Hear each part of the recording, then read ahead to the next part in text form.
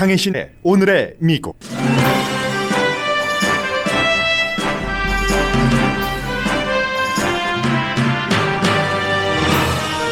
조지아주에서 처음 아프리칸 아메리칸과 유대계 상원 의원이 탄생할 게 거의 확실합니다. 아프리칸 아메리칸 라파엘 워녹 후보는 현역 의원 데이빗 퍼듀를 2%포인트 차이로 눌러 당선이 확정됐습니다. 존 오소프 후보 당선은 대부분의 언론이 확정짓진 않았지만 현재 16,000표 정도를 앞서가고 있으며 개표가 안 끝난 지역도 민주당의 기운 지역입니다. 좀 전에 선거 관리자가 직접 밝혔습니다. 그리고 이 당선자는 승리를 선언했습니다. 이로써 민주당은 지난 10년 만에 처음으로 백악관과 상하원을 모두 차지하게 됐고 바이든 대통령 당선자는 경제, 의료, 기후변화 등 모든 아젠다에서 탄력을 받게 됐습니다. 공화당 내부에서는 트럼프 탓이라는 불만이 새어나옵니다. 공화당은 찢어지고 현재로서는 트럼프 대통령만 불사조처럼 날아오릅니다. 트럼프 대통령에 이어지는 압박과 공화당의 반발에도 불구하고 마이크 펜스 부통령은 오늘 조 바이든 당선인이 차기 대통령이라는 공식 인증을 할 것이 거의 확실합니다. 트럼프 대통령은 바이든 부통령이 자신이 선거인단 투표 결과를 뒤집을 파워가 없다고 대통령에게 밝혔다는 언론 보도를 거짓이라고 트윗했습니다. 워싱턴 DC에서는 바이든 당선을 거부하고 트럼프 대통령을 지지하는 대대적인 시위에 시장의 요청으로 방위군이 투입됐습니다. 트럼프 대통령은 이 시위에서 연설할 예정이고 시위 주동자는 판사에 의해 워싱턴 DC 접근 금지 명령을 받았습니다. 펜실베니아주에서는 공화당이 선거로 당선된 민주당 상원 의원의 선서식을 막았습니다. 위스콘신주 크노샤에서 흑인의 등 뒤에서 총을 쏴 불구로 만든 백인 경관이 기소되지 않았습니다. 그쪽에서 또 시위 우려가 나옵니다. 식당에 단골 손님이 팁으로 2,021달러를 남겼습니다. 여러분 안녕하십니까? 오늘의 미국 강예신입니다. 조지아주 애틀란타의 어제 그 상원 선거 결과는 현재로서는 지금 민주당이 2석을 다 차지해서 민주당이 다수당이 될 게 거의 확실합니다.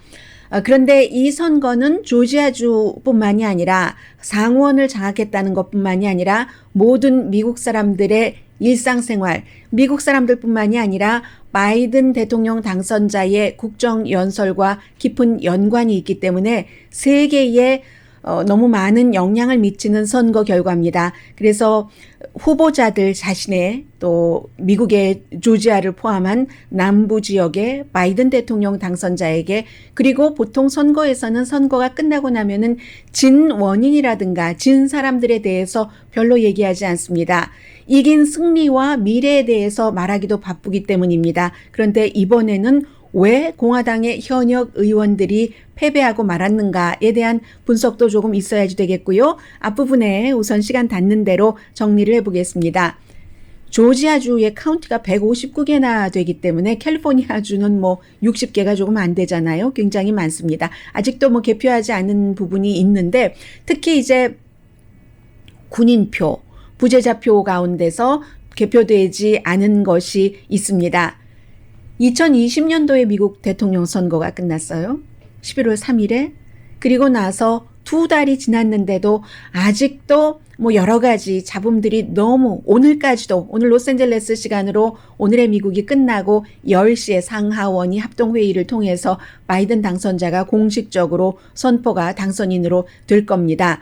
그런데 2달 동안 이렇게 질질 이렇게 저렇게 끌어오고 하원의 경우는 민주당이 대통령은 당선이 됐어도 오히려 의석을 잃어버렸기 때문에 진 것이나 마찬가지고 다수당이라도요. 그리고 상원의 경우는 졌는가 했더니 지난 2달 동안에 이런 일이 공화당의 현역 의원을 민주당에 한 번도 정치를 해보지 않은 두 사람이 그것도 조지아에서 남부에서 이겼다는 것은 미국의 많은 변화를 의미합니다. 물론 그 변화가 2달 사이에 일어난 것도 있고 그렇지만 그 10년 전부터 해왔었던 것이 어떤 모멘텀을 맞아서 2달 사이에 꽃피운 것도 있습니다. 그러한 미국의 모든 변화가 조지아주 상원 결선에서 보여주고 있습니다. 어제 저는 계속 지켜보면서요. 어제 그 대부 1편을 다시 봤거든요. 영화. 한쪽에는 대부 1편 컴퓨터로 보면서 계속 이제 이걸 보는데 드러지 리포트가 제일 먼저 이 첫 번째 그 상원의원 당선자, 두 번째 상원의원 당선자 발표를 가장 먼저 했고요. 이제 드러지 리포트는 본인들이 취재라는 게 아니라 여기저기 취재를 잘하는 매체를 다 이렇게 보고 있다가 딱 그거를 이제 끌어오죠. 링크를 시켜놓는데 제일 먼저 얘기를 했습니다. 그런데 이번에 조지아주에서 흑인 이제 상원 의원이 나오게 되고 유대계의 상원 의원이 나오게 되는 것은 기본적으로는요. 1960년대에 미국에서 한창 백인 우월주의자가들이 그야말로 뭐 굉장한 힘을 갖고 흑인과 유대계를 눌렀을 때 흑인과 유대계는 손을 잡을 수밖에 없었습니다. 손을 잡고 민권운동을 함께 했죠. 이번에 이 두 후보도 나이 차이는 있습니다. 한 사람은 51살, 목사 출신, 지금도 목사, 또 한 사람은 33살, 젊은 미디어 프로그램을 만드는 다큐멘터리 같은 것을 만드는 젊은 유대계.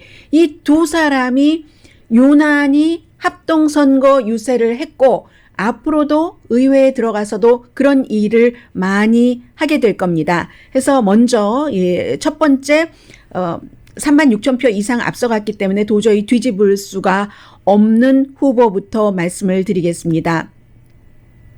라파엘 그 워너 후보는 켈리 그 로플러라는 2019년도에 주지사에 의해서 누군가가 은퇴를 했기 때문에 공화당 상원의원이 그 자리에 들어가서 있었던 그 사람입니다. 그런데 워낙에 이 라파엘 워너 그 당선자가 이 마틴 루터킹 목사가 심우하던 침례 교회에서 15년 동안이나 목사를 했고 집에서 처음으로 대학을 가서 뭐 심리학도 공부하고 박사학위도 받고 했었던 사람이기 때문에 영감을 굉장히 많이 주는 메시지를 남겼었고요. 선거 유세 동안에. 그리고 공화당과 이번에 그 민주당이 선거 유세에서 달랐던 것은 공화당은 이슈를 가지고 얘기를 했습니다. 헬스케어, 코로나 바이러스 사태, 뭐 심지어는 기후변화까지. 그에 비해서 공화당은 트럼프 대통령에게 많은 것을 의존하고 조지아주가 선거 부정선거를 했다라고 얘기하면서 투표하라고 하니까 하겠습니까? 나중에 다 하고 보니까 310만 표가 조기 투표가 한 200만 표 됐고요. 그리고 100만 표 정도는 우편 투표가 됐고 아마 당일인 어제 투표에 참여한 사람이 100만 명이 조금 안 되는 것 같습니다. 그러니까 이게 그 질 수 있는 요인이었고 당선자 쉬운 그 한 살의 라파엘 워너 그 당선자는 에베네저 교회의 목사예요. 이렇게 얘기를 했습니다. 아버지, 어머니 다 그 종교에 굉장히 가까우신 분인데 아버지는 뭐 군인이시기도 했고 목회 활동도 했고 하는데 남의 그 목화밭에 목화를 따던 12명 자녀 가운데 11번째예요. 그래서 그런 어머니가 그런 일도 하셨는가 보죠. 그래서 그 아들이 연방 상원 의원에 나갈 수 있다는 것. 이게 미국이다. 아직도 미국에는 꿈이 있다라는 얘기를 그 당선자가 했습니다. Thank you so very much. I come before you tonight as a proud American. 뭐 당연히 미국으로서 또 조지아 사람들로서 조지아 사람으로서 자랑스럽다 뭐 이런 감사 인사를 조금 했고요. 하우징 프로젝트에서 가난하게 자랐다는 얘기잖아요. 12명 가운데 11번째. And the pastor of Ebenezer Baptist Church, the spiritual home of Martin Luther King Jr. 마틴 루터 킹 주니어의 영적인 집이었던 교회. The son of my late father, who was a pastor, a veteran. 나중에 이제 아버지가 목사를 하셨죠. And my mother, who as a teenager growing up in Waycross, Georgia, used to pick somebody else's cotton. 네, 어렸을 때 다른 사람의 커튼을 땄던 어머니. The 82-year-old hands that used to pick somebody else's cotton went to the polls and picked her youngest son to be a United States senator. 어머님이 살아계시나 보네요. 82살이 되셔서 남의 집에서 목화를 따던 그분이 투표장에서 youngest son, 아들을 투표를 해서 연방 상원 의원이 되게 되는 나라가 미국입니다. Could only happen here.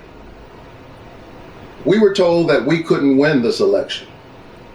민주당이 이길 수 없다고 많이 We 들었지만 proved 오늘 that 밤 with hope, hard work, 희망이 있고 and the 열심히 people by 일하고 our side 사람들이 우리 사이드에 있으면 is possible. 무슨 일이든지 가능하다는 것을 증명을 했습니다.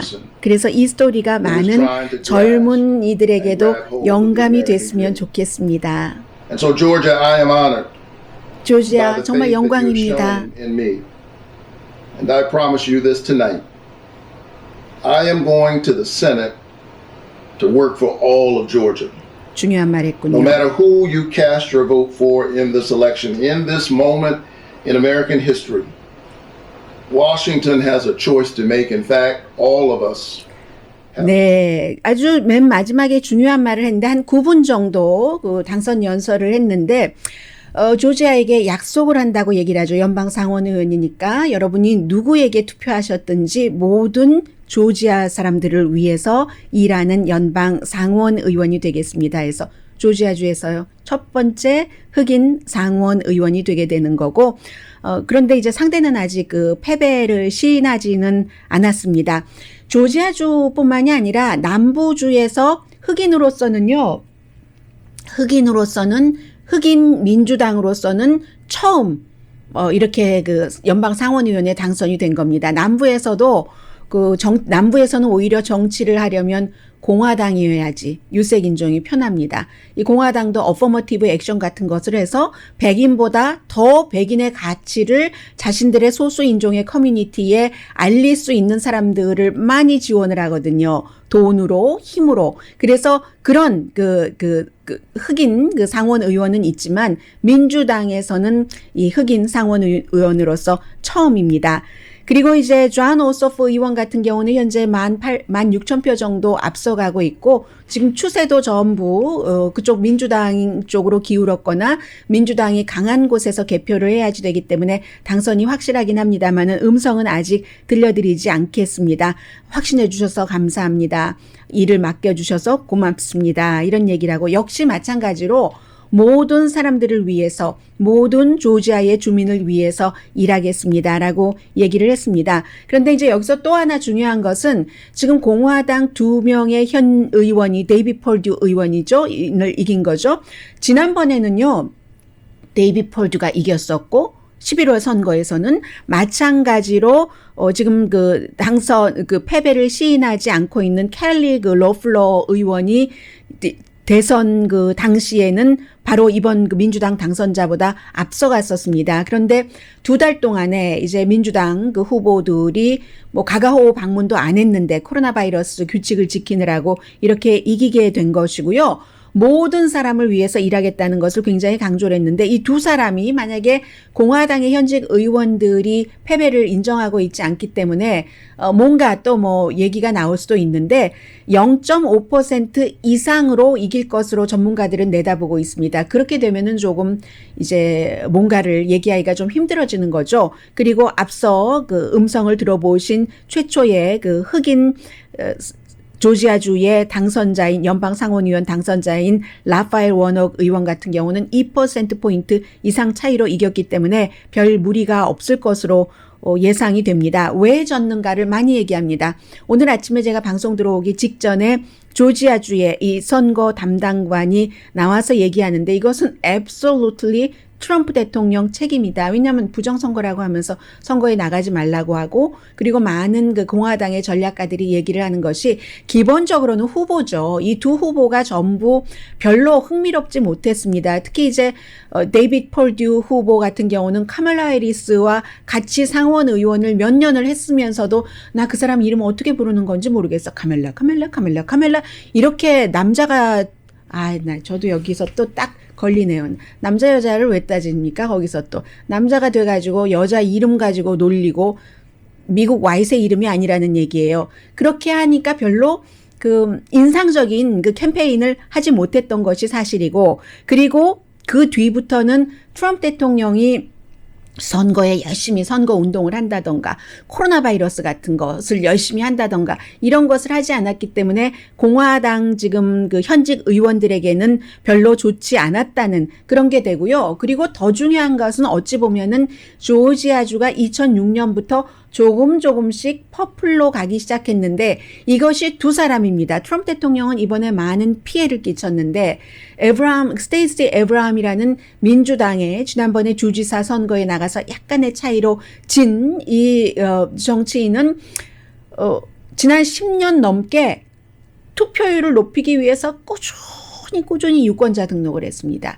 그게요, 이번에 빛을 본 거예요. 많은 사람들이 투표장에 나갔고 유권자 등록을 할 때 주로 민주당이니까 민주당 젊은 사람들 유권자 등록을 많이 했었겠죠. 그런 것 때문에 2006년부터 조지아주에서 민주당이 조금씩 강해지기 시작해서 이번에 이제 트럼프 대통령의 여러 가지 등등의 문제로 이런 결과를 내게 됐고요. 그리고 이로 인해서 바이든 당선자가 굉장히 지금 중요한 일을 많이 하게 됐는데 그 부분에 대해서는 잠시 뒤에 말씀을 따로 드리는 것이 낫겠습니다. 왜냐하면 여러분들과 저의 모든 생활에도 연관이 있는 것이고 8주일 만에 2명의 공화당 상원 의원이 자리를 잃어버렸기 때문에 지금부터는 트럼프 대통령의 여러 가지 그 행위와 거짓말과 대통령스럽지 않은 것에 대해서 정책만 보면 되지라고 얘기를 하면서 침묵하거나 트럼프 대통령에게 동조했었던 사람들의 반응들이 나오기 시작할 때고 그 사람들도 사실은 이번에 선거가 지고 나서 어제부터는 이미 트럼프 대통령에 대해서 불만을 말하기 시작했고요.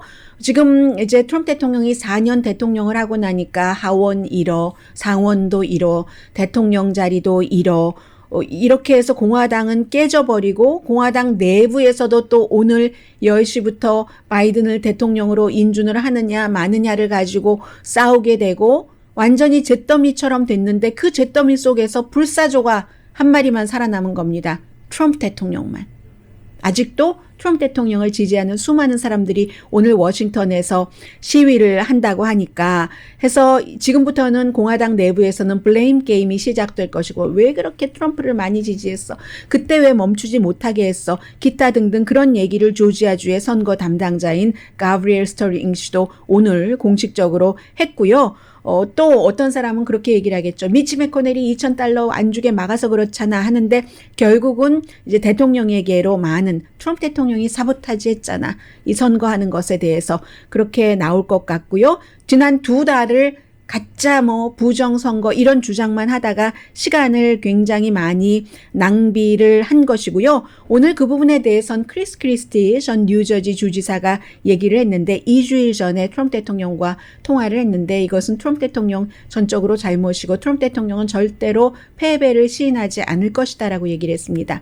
트럼프 대통령은 패배를 시인할 능력이 없다 하는 게 크리스 크리스티 대통령과 아주 지금까지도 최근까지도 가까웠었던 사람의 얘기고요. 그리고 오늘 이제 10시부터 시작되는 그 합동회의에서 마이크 펜스 부통령에게 헌법이 정한 권한이 없는데 권한을 부려서 이 바이든이 당선이 아니라고 얘기하라는 트럼프 대통령에 대해서는 크리스 크리스티 뉴저지 주지사는 법을 이해하지 못하는 사람만이 마이크 펜스를 그렇게 압박할 수 있다라고 얘기를 했습니다. 마이크 펜스 부통령은 어제 조금 흔들렸다면 오늘 조지아주의 선거 결과도 있고 해서 오늘 절대로 흔들리지 않을 것으로 보입니다. 마이크 펜스 부통령도 법을 공부한 변호사 출신이거든요.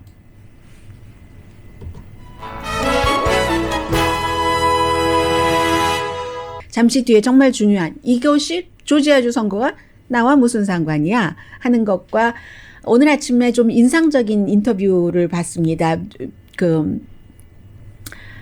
지난번에 트럼프 대통령에게서 자주 비난을 받았고 본인이 트럼프 대통령을 자주 비난을 해서 결국은 그 상원 의원 재선에 도전하지 않고 은퇴한 그런 그 정치인이 한 얘기가 있었는데 아주 인상적이었고요. 잠시 뒤에 전해드리겠습니다. 라디오 서울 방송 오늘의 미국 듣고 계십니다. 네, 가장 중요한 일부터 시작이 되네요. 벌써 지난번부터 왜 연방 법무장관 지명자가 아직 발표되지 않는가 했는데 다 해본 사람은 아는군요. 예, 아마추어가 아니기 때문에 이날을 기다렸던 겁니다. 딱 기다려서 누구를 지금 조 바이든 대통령 당선자가 연방 법무장관으로 하려고 하는가 하는 뉴스가 나오는데 메리 갈란드. 이 메리 갈란드라는 사람이 오바마 시절 마지막 해에 2월 달에 선거는 11월 달에 있습니다. 대선은 연방 대법관으로 지명하려고 딱 내놨는데 이분이 그렇게 극좌 이런 성향이 아니거든요. 공화당들도 좋아하고 해서 오바마 대통령도 잘 말하자면 타협을 해서 이 정도의 인물을 내놨는데 선거의 해에 무슨 연방 대법관을 한단 말이야 하고 공화당이 반대를 했기 때문에 안 됐었던 인물입니다.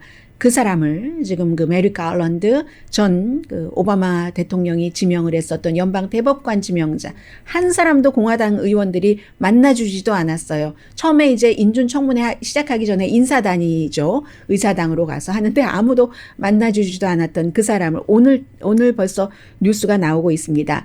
상원 의원이 50대 50이 되므로 카멜라 해리스가 무슨 일이 있을 땐 한 표를 행사해서 과반수가 되잖아요. 거의 과반수로 통과되는 게 많으니까 이런 것을 보면은 제일 중요한 것이 인준 청문회에서 이 바이든 당선자가 원하는 사람이 거의 통과가 되기 때문에 바이든 당선자가 자신의 비전을 가지고 일을 할 수 있다는 게 되는 겁니다. 바이든 당선자는 조지아주에서 상원이 이렇게 승리를 해서 민주당이 다수당이 된 것은 다음 4년이 아니라 다음 세대 내내 큰 영향을 미칠 것이라고 얘기를 했습니다. 우선 이제 인선 말씀드렸고요. 다른 장관들 인선할 때도 큰 잡음이 없겠죠. 그리고 예산안, 연방 판사를 또 지명하는 것. 기후변화, 경제불균 등 코로나 바이러스에 대해서 여러 가지를 정책 내지는 예산을 만들고 하는데 마찬가지입니다. 그런데 그렇다고 해도 지금 민주당이 아주 큰 표 차이의 다수당이 아니라 50대 50 똑같은 데서의 다수당이기 때문에 민주당에서도 이탈표가 생기면 안 돼요. 웨스트 버지니아에서 공화당 색이 강한 그 지역에서 지금 자리를 잡고 있는 조 맨신 의원이라든가 아니면 애리조나주도 마찬가지잖아요. 민주당의 상원 의원 이런 사람들을 잘 이탈하지 않도록 잡아야지 되고 그러나 who knows 이런 상황에서 밋 럼니라든가 다른 공화당의 온건한 사람들이 또 민주당 안건에 찬성표를 던질 수도 있고요. 해서 이제 가장 일반 사람들에게 중요한 것은 경제 아젠다가 될 겁니다. 의료비를 줄이는 데 최선을 다하겠다고 공약을 했고 그리고 메디케어는 확장한다고 했습니다. 바이든 당선자가 제조업 일자리 늘리기를 어떻게 해보겠다고 했고 클린 에너지, 부자에 대한 세금 인상, 보통 사람은 아니고요. 적어도 연소득이 40만 달러 이상인 사람들, 백신 프로그램, 경기부양책은 2,000달러를 바로 통과시키겠다라고 얘기를 했으니까 이것은 시행이 될 것 같죠? 제일 바이든 당선자가 되고 나서 사람들이 제일 좋아하는 게 돈 주는 거잖아요. 제일 싫어하는 게 돈 내라는 것이고 그래서 이제 특히 재생에너지 경제를 많이 가지고 갈 겁니다. 또 기간산업에 돈을 들여서 일자리를 늘릴 테고요. 민주당이 단합하면 되는 것이고 아니면 이제 한두 명의 이탈표가 있으면 공화당 쪽에서 누군가를 끌어와야지 되는 거죠. 미치 매코넬이 더 이상은 다수당의 리더가 아니라 척 슈머 상원의원이 상원의원 되고 나서 이 다수당 리더가 된 것 처음이에요. 민주당 뉴욕이 지역구죠. 그리고 며칠 전에 낸시 펠로시 하원의장은 80이 넘었는데 네 번째 하원의장에 선출이 됐고요. 지금 그렇게 됐습니다. 그리고 이제 중요한 것은 지금 33분 남았습니다. 로스앤젤레스 시간으로 10시에 상하원이 모여서 거리두기 같은 거 다 하면서 누가 따로 읽는 사람이 정해져 있더군요. 그래서 상원 의장인 마이크 펜스 부통령이 사회를 보고 각 주에서 투표를 했었던 선거인단 표를 의회에 보냈죠. 그것을 알파벳 순서로 합니다. 알래스카 이런 식으로 애리조나 캘리포니아 이런 식으로 해서 몇 명에서 쭉 하는 이런 것을 하는데 오늘 아침에 제프 레이크라고 기억하세요, 여러분들? 애리조나주의 상원 의원인데 이 사람은 부자기 때문에 미련 없이 정치계를 떠날 수 있었어요. 할 일이 많으니까 워낙에 부동산 개발, 투자 이런 것 했던 사람이거든요. 젊고 트럼프 대통령을 비난을 하다가 그 애리조나에서 도저히 트럼프 대통령을 비난하고 당선이 될 수가 없어요. 해서 재선에 안 나가고 사임을 하고 말았는데 아침에 이렇게 인터뷰하는 것을 보니까 20년 전에요. 본인과 제프 레이크와 상원의원으로 끝냈지만 처음에는 하원부터 시작하는 사람들이 많잖아요. 정치인들이. 본인과 오늘 바로 이 회의 전 부통령이 차기 대통령입니다 하고 선포를 할 마이크 펜스 본인이요. 딱 20년 전에 오늘 하원 의원이 돼서 그때 처음으로 그 장면을 엘고가 한 주에서 플로리다에서 뭐 500 몇십 표 차이로 그것도 연방 대법원에 의해서 지고 그리고는 조지 부시가 대통령에 당선됐다는 것을 선포하는 것을 봤답니다. 본인이 마이크 펜스하고 같이 처음에 당선이 돼서 봤다는 거예요. 그 이후에 본인은 상원 의원이 됐고 마이크 펜스는 그 애리조나주의 50대 그 주지사로 나갔잖아요. 그걸 보면서 두 사람이 초선 의원으로서 얼마나 감동을 했던지 그 감동을 잊을 수가 없다는 거예요. 마이크 펜스도 그 감동을 기억하고 있고 오늘 자신이 알고와 같은 역할을 해야 된다는 것을 알고 있으며 그렇게 할 것이다 하고 제프 레이크 전 공화당의 상원 연방 의원은 그렇게 얘기를 했습니다. 그리고 이 마이크 펜스 의원이요 법대 출신이에요. 변호사 출신이거든요. 법을 잘 알고 어제 그 뉴욕타임스가 보도한 것을 트럼프 대통령은 저녁에 트윗으로 가짜라고 엎어버렸지만 그 뭐라고 보도를 했냐면은 마이크 펜스 부통령의 측근 뭐 비서실장도 그렇게 얘기를 했고요.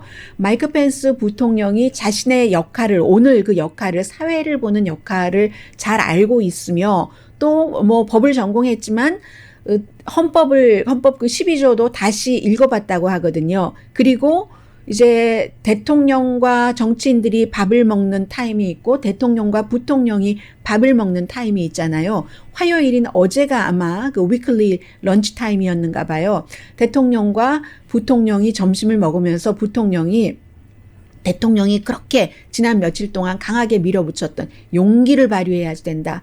이걸 부통령이 뒤집어 엎고 선거인단을 다시 만들어야지 된다는 대통령의 주장에 대해서 밥 먹으면서 부통령이 제가 헌법상의 부통령으로서 그런 권한이 없다고 대통령에게 얘기를 했답니다. 뉴욕타임스가 이렇게 보도하니까 트럼프 대통령이 그거 거짓말이야. 페이크 뉴스야. 마이크 펜스는 그런 파워를 가지고 있고 또 마이크 펜스와 나는 펜스 부통령이 그 같은 파워를 갖고 있다는 데에 대해서 total agreement라는 단어를 썼습니다. 우리는 완전하게 의견 일치를 보고 있어 라고 했지만 부통령의 비서실장은 아니라고 하는데요. 그리고 또 어제의 선거 결과가 있잖아요.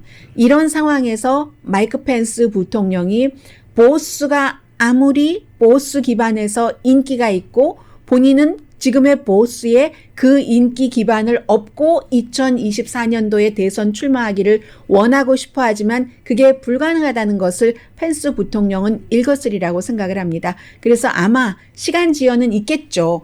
뭐 테드 크루스가 상원 대표로 그리고 또 이제 하원 대표로도 누군가가 그주 펜실베니아 우리 뭐 동의 못합니다. 뭐 어디 애리조나 동의 못합니다. 이렇게 얘기하면은 의원들이 뭐 맥시멈 2시간 뭐 각각 5분씩 얘기를 하게 되고 투표를 해서 하원과 상원에서 전부 과반수 이상으로 이 이의 제기에 찬성을 합니다. 라고 찬성표가 나와야지만 그 뒤에 후속 절차가 되는데 안 나오죠. 하원이 민주당이 다수당이잖아요. 상원도 공화당인데 공화당에서도 지금 뭐 13명이라고 하는데 그 13명이 지금 다 또 거기에 투표를 할 때 투표를 할지 아니면 어떻게 될지도 조지아주 선거 이후에 모르는 일이고 하기 때문에 시간 지연은 있어도 바이든 당선과 카멜라 해리스 부통령 당선이 선포가 된다는 원래의 오리지널 그 수순을 밟는 쪽으로 다시 하루 사이에 돌아갔다라고 말씀을 드립니다. 그래서 헌법을 수호하고 성문법에 따르겠다 하는 것을 로이터 통신과 인터뷰에서 그 마이크 펜스 부통령의 비서실장이 분명히 밝혔습니다. 그리고 이제 또 하나는요, 그리고 공화당 내부에서도요, 이러한 공화당의 이 의제기에 공개적으로 반대하는 의원들이 많이 있습니다. 또 하나는 어제 간단히 전해드리자면 지금 공화당의 분열상을 말씀을 드리는 겁니다. 펜실베니아주의 공화당이 펜실베니아 주 상원의원으로 민주당 상원의원이었고 현역 의원이었는데 도전자에게 불과 69표 차이로 이겼어요. 이겨서 인증을 했죠. 바이든 대통령 당선자가 인증받은 것과 마찬가지로 인증을 받았고 했는데도 어제 이제 주에서 선서식이 있는 날이었는가 봐요. 공화당 의원들이 이 의원을 선서를 못하게 막고 그리고 펜실베니아 주의 선서식도 연방에서 마이크 펜스 부통령이 하는 것처럼 주에서는 펜실베니아의 부지사가 하게 돼 있는데 그 부지사도 민주당이랍니다. 부지사도 못하게 막고 이 의원 선서도 막고 해서 어제 못했거든요. 물론 논란의 여지는 있습니다. 공화당 도전자가 69표 차이기 때문에 나는 승복할 수 없다 해서 법원으로 가져갔는데 주 법원에서는 그것을 이 민주당 당선자의 당선으로 인정을 해줬습니다. 그래서 연방법원으로 또 가지고 갔어요. 이슈가 되는 것은 몇백 표, 이제 우편투표인데 몇백 표 우편투표에 뭐 몇 번의 그 봉투가 있는데 봉투에도 사인을 하고 어디도 사인하고 해야 되는 그런 것 있잖아요. 그 부분에서 이 의의를 제기를 했는데 아직 그 연방법원의 판결이 나오지 않았기 때문에 당신을 당선자로 인정할 수 없다라는 게 공화당의 입장이고 이 같은 공화당의 움직임에 대해서도 이게 보통 때 같으면 일단 인증을 받았으니까요.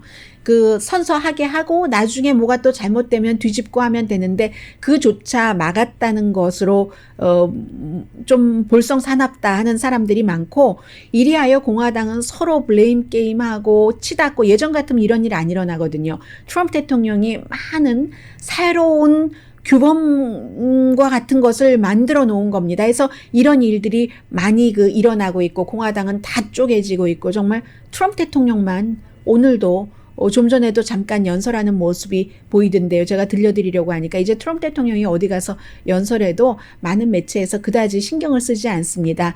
미국이 기본적으로 이제 단합으로 가야 되고 화합으로 가야지 되고 결론은 분명히 났는데 분열하는 말들을 더 이상 전직 대통령의 입에서 나오는 것을 들려주고 싶지 않은 거죠. 해서 저도 그 타임을 놓치고 말았는데요. 워싱턴 DC에서의 아주 대대적인 그런 그 트럼프 대통령 지지하는 시위라고 할까요? 행진이라고 할까요? 그것도 지금 맥이 많이 빠진 상태거든요. 잠시 뒤에 이제 그런 내용들을 전해드리겠습니다. 지미 카러 전 대통령은 바이든 당선자 취임식에 참석 못한답니다. 96세나 되셨잖아요. 암도 여러 번 앓았고 그 밖에 뭐 넘어지기도 했고 해서 못 가는데 그러나 공화당인 조지 부시 그 전 대통령은 참석을 합니다.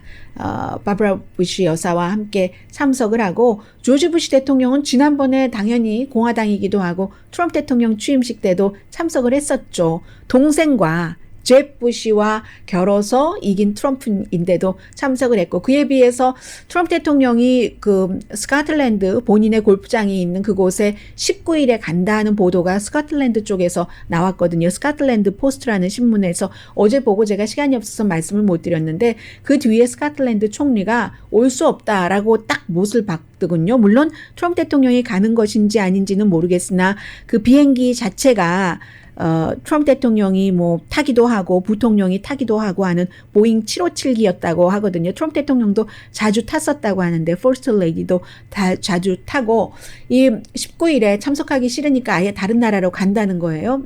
뭐 스코틀랜드 포스트의 보도에 따르면 선데이 포스트군요. 그쪽에서 발행되는.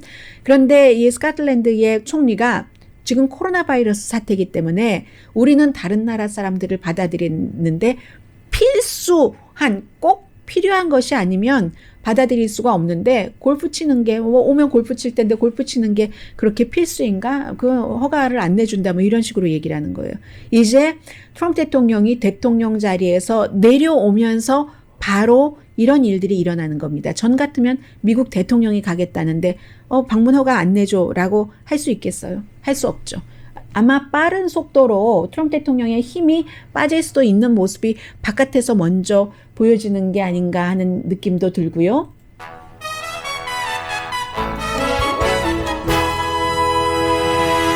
라디오 서울 방송 오늘의 미국 듣고 계십니다. 오늘 주식시장 분위기는 좋습니다. 왜냐하면 이제 민주당이 그 상원의 다수당이 되고 나면은 경기부양책을 좀 통과를 시키지 않겠어요. 그리고 공화당은 항상 돈을 좀 덜 쓰려고 하고 민주당은 이러한 때 돈을 쓰려고 하고 더군다나 새로운 대통령이 취임을 했으니까 시중에 좀 돈이 좀 풀려야죠.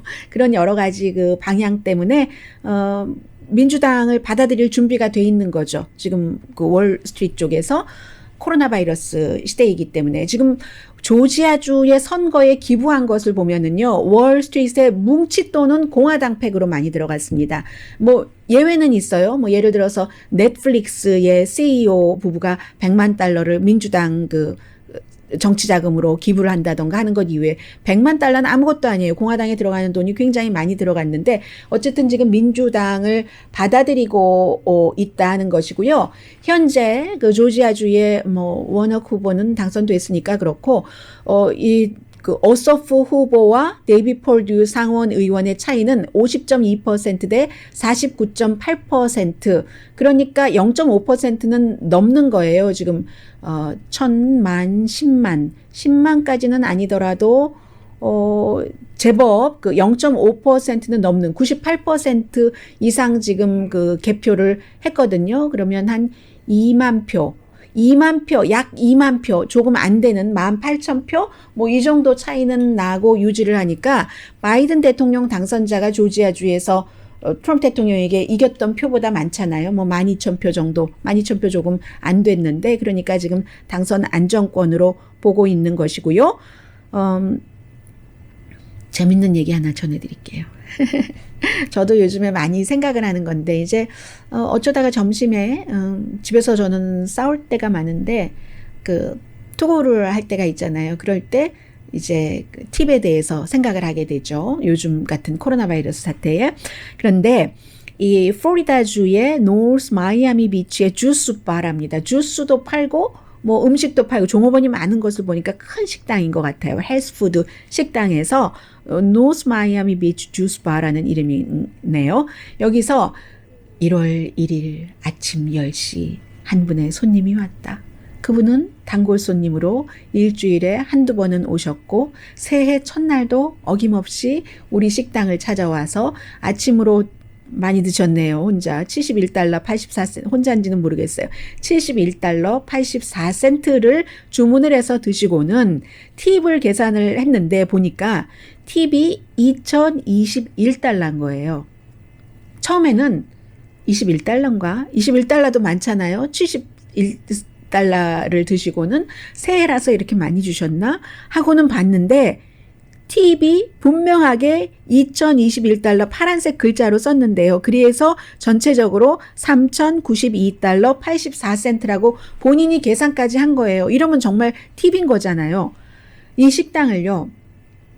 부모님이 이제 그 딸이 인터뷰를 했는데 부모님이 35년을 그 운영을 해오셨답니다. 해서 지금까지 받아본 최고 액수의 팁이라는 거예요. 그리고 손님은 여성이셨습니다. 이 여성분이 얘기하시기를 물어봤겠죠. 이거 우리 좀 알려도 되느냐고 이 기쁜 소식을 하니까 뭐 굿뉴스라고 생각되면 알리셔도 좋지만 제 이름은요. 제가 누구인지는 왼손이 하는 일을 오른손이 모르게 해주세요. 그래서 저도 그 오른손의 이름을 모르고요. 왼손의 이름도 모르는데 아무도 모르는데 하나 원한 게 있답니다. 이 식당에서 일하는 모든 종업원들이 이 팁을 나눠 갖기를 원합니다. 그래서 22분이래요. 한 분이 100달러씩 갖고도 남는 거예요. 비즈니스가 차차 나아지고는 있지만 아직도 정상적으로 예전처럼 회복하려면 한참 가야지 되겠죠. 이런 때 커스터머의 친절, 커스터머의 식당에 대한 배려, 이런 것들이 우리에게 얼마나 중요한지 모릅니다 하고 식당 주인의 딸이 얘기를 하는 것을 제가 마이애미 헤럴드에서 오늘 읽고 전해드리는데요. 이런 일들이 많이 있지만 더 큰 팁을 주는 사람들도 있지만 요즘 같은 때는 중요한 얘기잖아요. 제가 이 내용을 보면서 어떤 생각을 했냐면, 아유, 2020, 처음에는요, 저는 71달러 84센트에 뭔가 이렇게 맞춰서 딱 그 돈의 액수를 맞추는 게 2021달러였는가 한 거예요. 나중에 생각해보니까 2021년이잖아요.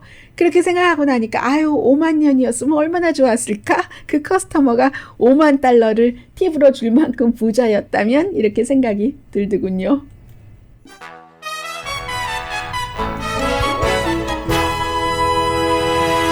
라디오 서울 방송 오늘의 미국 듣고 계십니다.